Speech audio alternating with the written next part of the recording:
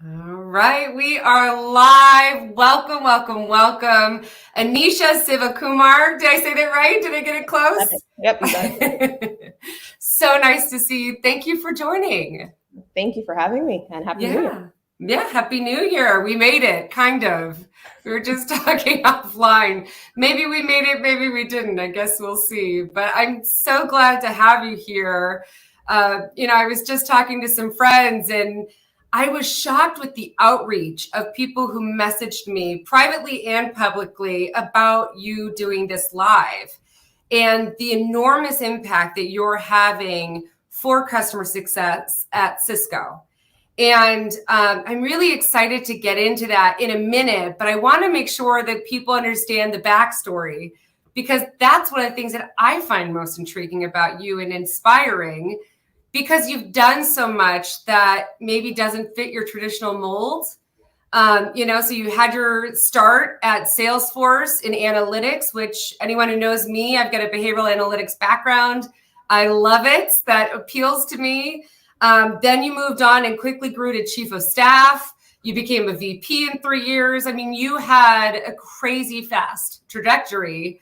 So maybe for some folks who don't know you, tell us a little bit about yourself. Oh, sure. Thank you again, Sabrina, for the opportunity. It has been a crazy fast trajectory. It's one of those things where, when people ask you, looking 5 years from now, where do you want to be? Could never have predicted or planned for something like this. So I think, like you mentioned, I started at sales. I started actually in consulting. Realized within about a few years, it wasn't the right thing for me. And what I really was passionate about was how to use data to drive decisions. And so Salesforce was like the dream job when I joined as a part of the analytics team.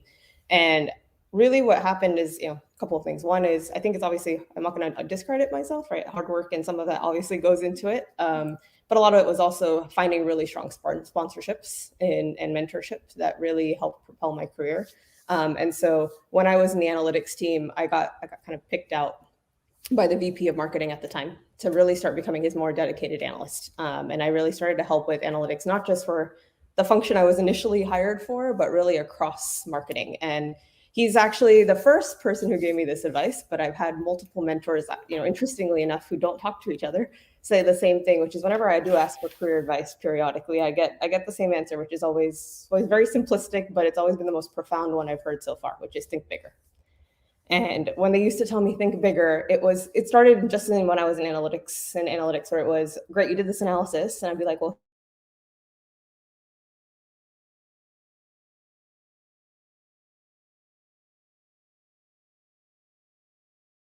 here's what we could else could it go? And that really just started to get me to start thinking differently. And what I realized when I hear think bigger was, how does what I do connect to other parts of the business, or how does it connect to what I'm doing now and where I could go next, and where I could think about where this goes next. And that's really when he gave me the opportunity to be his chief of staff and not just be the analytics person for him. The chief of staff role really helped me think bigger because it allowed me to see across most of the business, right? So often we get stuck in our silo. We're given a task, we're given our function, and we do our job really well. But we have a really hard time understanding how it connects to the bigger picture of the company or the strategy. We have a hard time connecting it to what our friend down the hall might be doing. And so I think that's where the chief of staff role was pivotal, right? It really helped me understand why or what the leaders were trying to do and why they were trying to do it. And then I had the privilege of being relatively low grade at that time and low leveled. So I had a lot of people who I could talk to who were actually making the reality happen.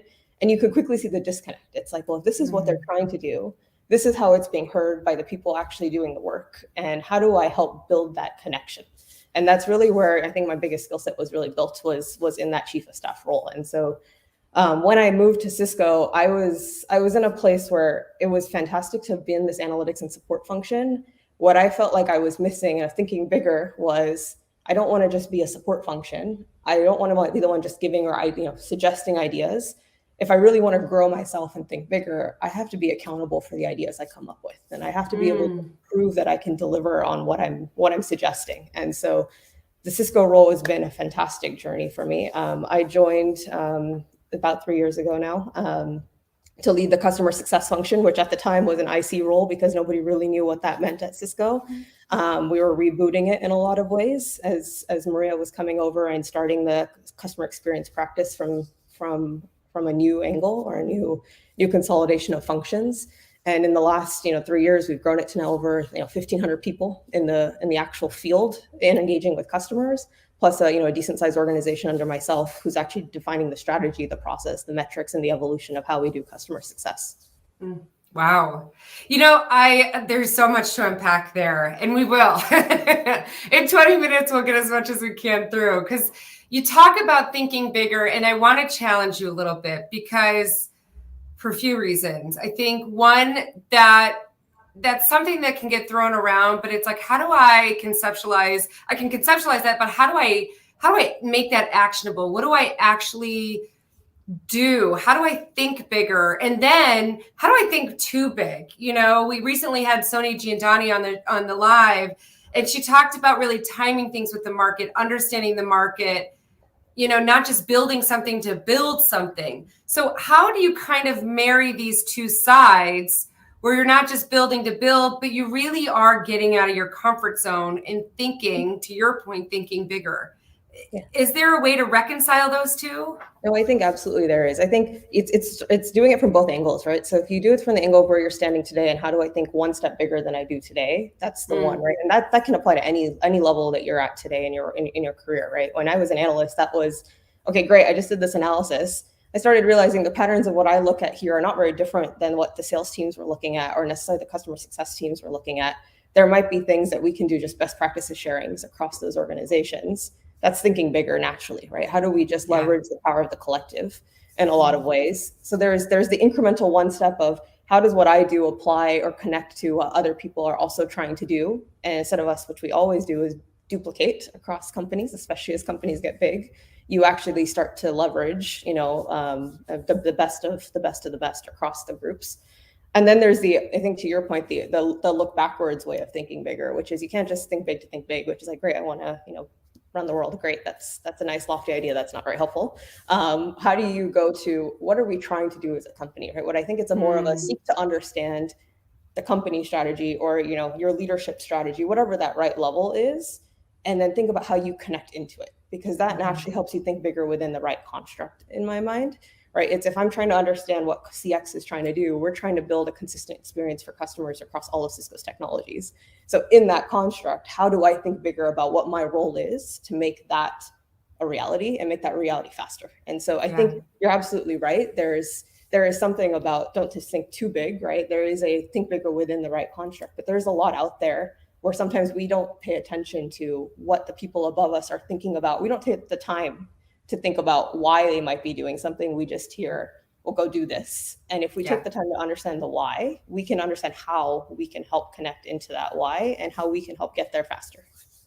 And the operative word is the connection, and consistently the feedback that I'm getting about you joining the live is how much you've done to really unify across organizations, and we've talked even offline about, this perception that customer success or leadership, I think it applies on both ends, is really sort of a function, and a very siloed function. And you talk about building bridges, not silos. And again, I know sometimes this can sound very lofty, but you've been able to put it into practice in very meaningful ways that are immediately getting results.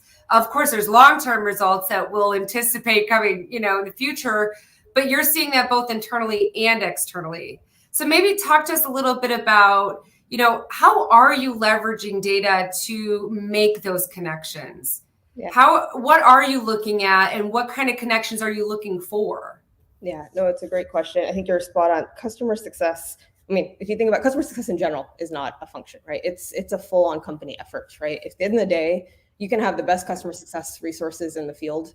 If your product isn't solid, if sales never sold to the right person, right? You're never going to, professional services never delivered and actually helped implement the solution correctly.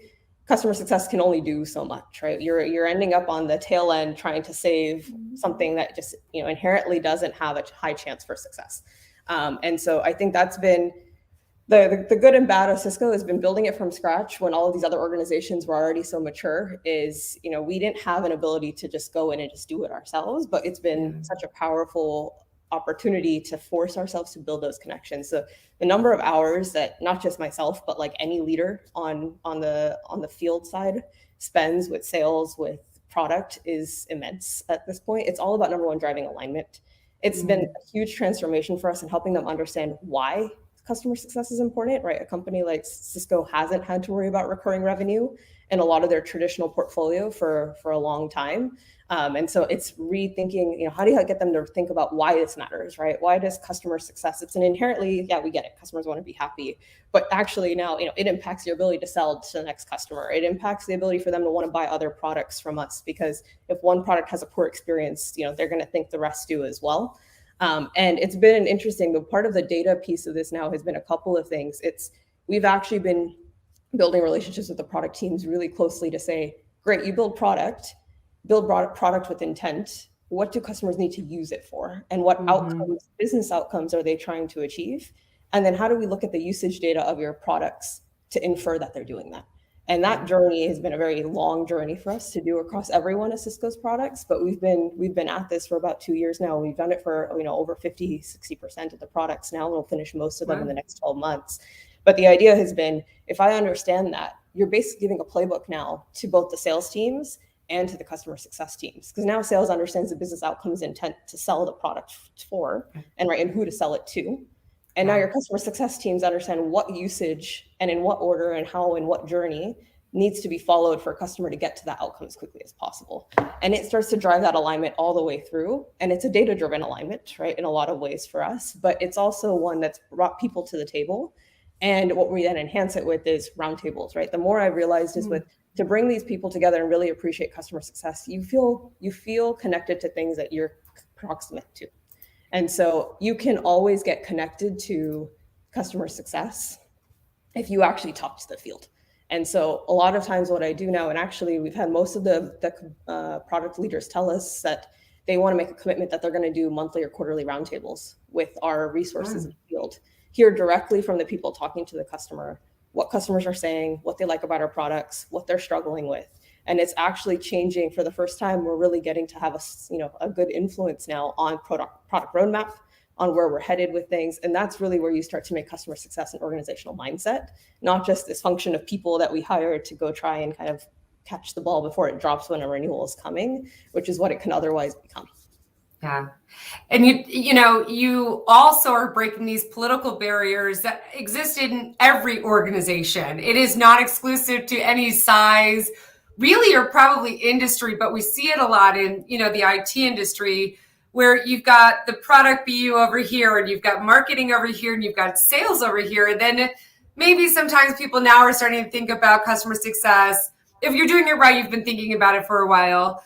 But what you're doing is creating this sort of connected tissue or fabric, and really enabling teams to understand each other. That's creating that connection within your internal teams, so that when they're going public facing, whether it's building the product, selling the product, adopting the product, enabling the product, whatever it might be, that they're already connected. Because when you go to market disjointed, your go-to-market is disjointed.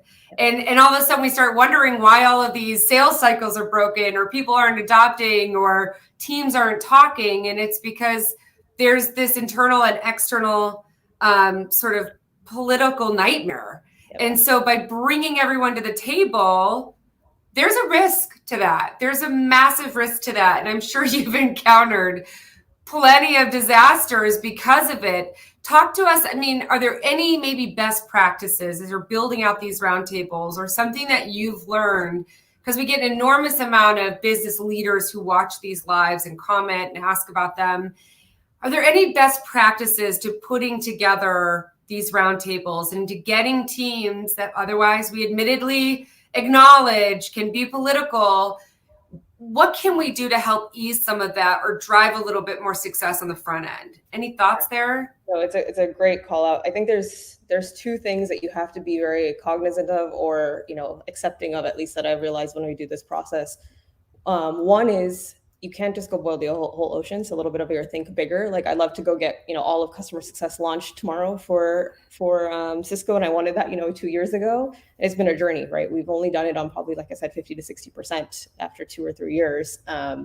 But that's because you had to really prove success, right? You have to find you always have your continuum, those who are more willing to try change and those less willing. You go find the ones who are most willing, and then you make it really, really successful for them, right? You establish the best practice and the model for them. And it's funny how quickly things, shift, and exponentially everybody wants to jump on board when they see that success.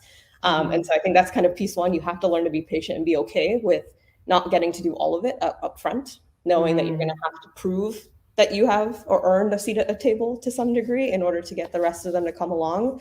I think the second one is when you do these kinds of conversations, like we meet with the product teams weekly or bi-weekly, depending on the product, across actually just as product and sales teams.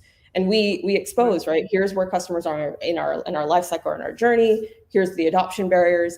You have to be very okay coming to the table saying, actually, we don't really have much insight on these customers. Or you show them the insight, I show them raw comments, and sometimes the comments are just not very helpful.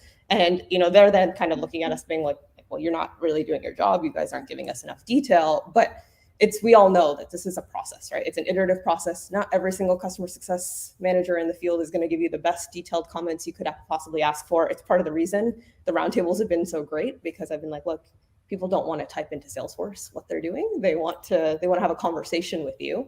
And so it's been a really good, you have to be very okay with coming in with, half baked or not 100%. Yeah. But there's something about that transparency of saying, look, it's not perfect, but look at the 7 things we did do this week since we talked last that really propels the conversation forward. And it's actually driving some interesting conversations of how do I get this organization that also we work with to be just as transparent as you guys? Because it's now opening them up to then also have that conversation. It's like, well, we know our product's not that great, and here are 3 things we could be doing differently as well. It starts to change the dynamic, which is really what we needed in order to make any progress in this space, frankly, at a company like Cisco. And from a behavioral, standpoint, the more we make being transparent, being authentic, not showing up to the table perfect, the more we make it easier for other people to do the same thing. In fact, we have this thing called mirror neurons in our brain that mirror what we see other people doing. And there's a whole reason behind it and, evolution of it. But we are set up, we are wired in our brains to feel more comfortable with people who show up to the table in a way that makes us feel more comfortable. And so, maybe sort of that hidden nugget in there too, or another best practice is, cliche as it is showing up truly authentic and really understanding, like you said, it's not easy to show up as a VP at Cisco, a Fortune 30, and say, I know people are going to think I didn't do my job. That's terrifying for everyone. But when you're that confident to say, this is a process, we're going to get there together, because I don't have to have all the answers. We're a team. We're going to do this together. In what conventionally hasn't always been considered a team. Conventionally, we've been silos that have to work together. And so I think coming to the table with that level of honesty to say, we don't have all the answers, you don't have all the answers, let's work together, understanding this is going to be a process, that is so incredibly powerful, that I think also scary. But I think that's also what is going to drive more honest conversations and questions going forward. Do you agree with that? Any pushback there? You're spot on, right? It is absolutely a process, and I'll say it requires you a little bit, maybe naively I have this, but it's like you have to have a lack of fear, right? It's like I know sometimes I wonder, like, what are we afraid of, like.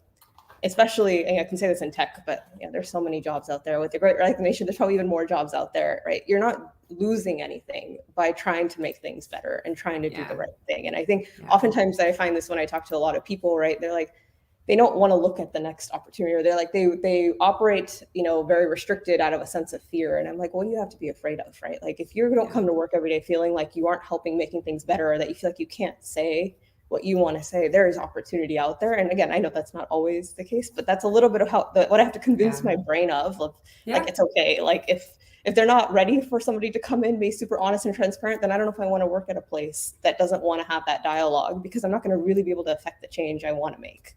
Yeah. Yeah. That's so powerful. I wish we had 20 more minutes. Thank you. Didn't it go by so fast? I'm like, wait, I have so many questions. I looked at the time and I was like, oh, it's already 21. Okay. Like, wait, I have so many questions, because you do such an amazing job about building communities and really, driving a culture of a consistent, connected experience, both internally and externally. And I hope that's what folks were able to get from this live today. I hope that we can have you back on very soon. I can't wait to see what you do. Best of luck to your new year, and we will see you soon. Thank you, Anisha. So much, Sabrina. Likewise, Happy New Year, and wishing you the best in 2022. Thanks. Bye, everyone.